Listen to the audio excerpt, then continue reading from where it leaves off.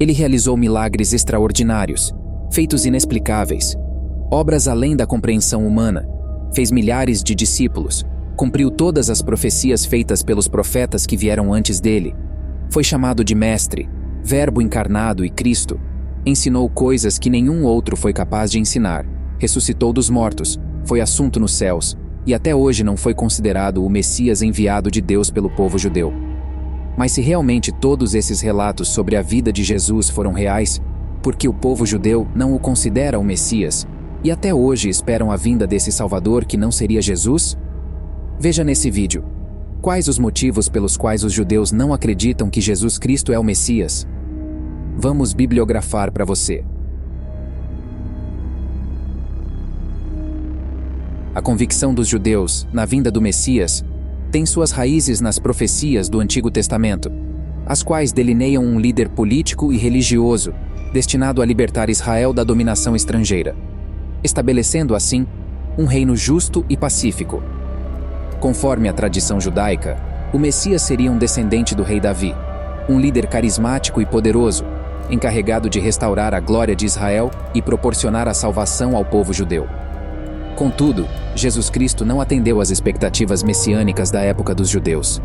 Em vez de se apresentar como um líder político e militar, Jesus promulgava uma mensagem de amor, perdão e humildade. Sua abordagem não desafiou a autoridade romana, nem estabeleceu um reino terreno, decepcionando assim muitos judeus que aguardavam a vinda do Messias. A narrativa da recusa dos judeus em aceitar Jesus Cristo remonta a primórdios do cristianismo, sendo um tema debatido e estudado por várias décadas. A descrença dos judeus em Jesus pode ser atribuída a diversas razões, mas, principalmente, a diferenças teológicas, expectativas messiânicas e divergências culturais. As divergências teológicas seriam diversas e enraizadas nas interpretações das Escrituras Sagradas, alimentando contrastes fundamentais entre as crenças judaicas e cristãs até hoje. Algumas das principais disparidades teológicas incluem a concepção do próprio Messias e a natureza divina de Jesus. Jesus faz várias declarações que são interpretadas pelos cristãos como afirmações de sua divindade. Por exemplo, no Evangelho de João, que é registrado sua afirmação de que ele e o Pai seriam um só, ou quem me vê a mim, vê o Pai.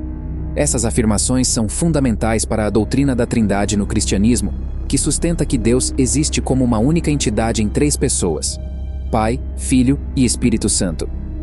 No entanto, essa ideia é um ponto de discordância significativo com a crença judaica, que enfaticamente sustenta o monoteísmo estrito. A tradição judaica rejeita a noção de uma divindade composta ou de Deus encarnado em uma forma humana. A afirmação de Jesus como Deus encarnado é, portanto, inaceitável dentro do contexto teológico do judaísmo. Outro ponto de desacordo surge na interpretação das profecias messiânicas. Os judeus alegam que Jesus não satisfez integralmente as profecias associadas a esse verdadeiro Redentor. Em contrapartida, os cristãos abordam essas profecias de maneira mais simbólica, muitas vezes vinculando-as à segunda vinda de Jesus, e considerando o próprio Jesus como o cumprimento dessas profecias. Para os judeus, as profecias que não teriam se cumprido incluiriam o estabelecimento da paz mundial, já que o Messias teria esse papel de estabelecer um reinado de paz sobre a terra, a restauração completa de Israel, trazendo novamente a nação à sua total plenitude, a universalidade do conhecimento de Deus, pois para os judeus, o conhecimento de Deus se espalharia por toda a terra, e essa universalidade do conhecimento não teria sido alcançada durante o tempo de Jesus. A reconstrução do templo físico, profecias indicariam a reconstrução do templo em Jerusalém pelo Messias. E, por último, a recepção universal do Messias, já que a expectativa é de que ele seja aceito universalmente por seu povo. A rejeição generalizada de Jesus por líderes religiosos e grande parte da comunidade judaica é vista como um motivo para não reconhecê-lo como o Messias. Fora todas essas interpretações de teor hermético, temos o fato de que Jesus difundia uma mensagem inovadora que confrontava diversas tradições e práticas religiosas judaicas da sua época. Ele promovia a compaixão e o perdão, ensinando que o amor de Deus se estendia a todos, incluindo aqueles considerados impuros ou pecadores. Essa abordagem contrasta com a visão judaica de um Deus que recompensa os obedientes às suas leis e castiga os transgressores. Essas diferenças teológicas foram uma das principais razões que levaram muitos judeus a rejeitarem a mensagem de Jesus. A sociedade judaica da época era profundamente hierárquica, marcada por rígidas divisões entre distintos grupos sociais. Sacerdotes, fariseus e escribas ocupavam posições respeitadas e desempenhavam papéis cruciais na condução da vida religiosa dos judeus.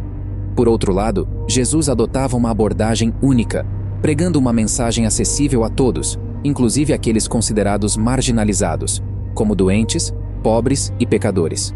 Essa mensagem de inclusão e igualdade confrontava diretamente a hierarquia social judaica vigente. Jesus desafiava a posição de poder dos líderes religiosos estabelecidos. Além disso, sua maneira de ensinar e realizar milagres era considerada distinta e até mesmo ameaçadora pelos líderes judaicos. Ele falava com autoridade e realizava curas e milagres em nome de Deus, desafiando assim a autoridade estabelecida e ameaçando a estabilidade do status quo. É fundamental destacar que a rejeição dos judeus em relação a Jesus Cristo não implica em uma menor devoção religiosa.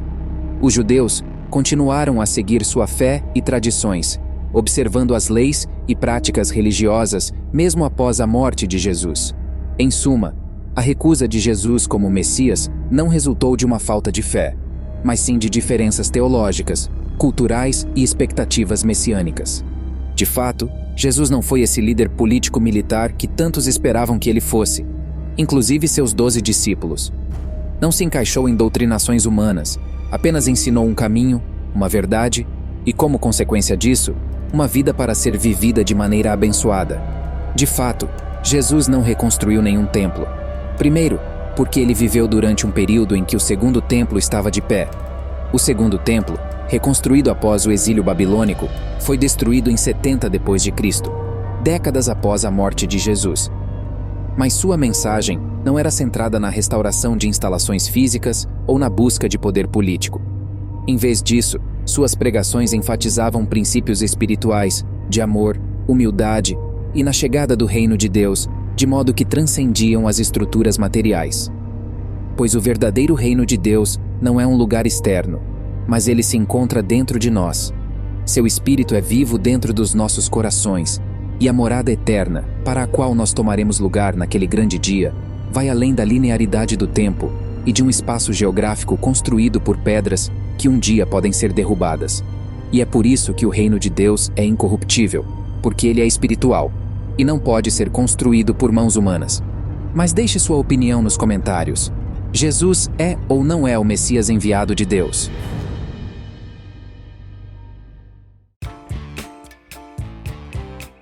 Se você gosta dos nossos conteúdos e ainda não é um inscrito desse canal, inscreva-se para ficar por dentro sempre que lançarmos vídeos novos. Sua ajuda é fundamental para nosso crescimento.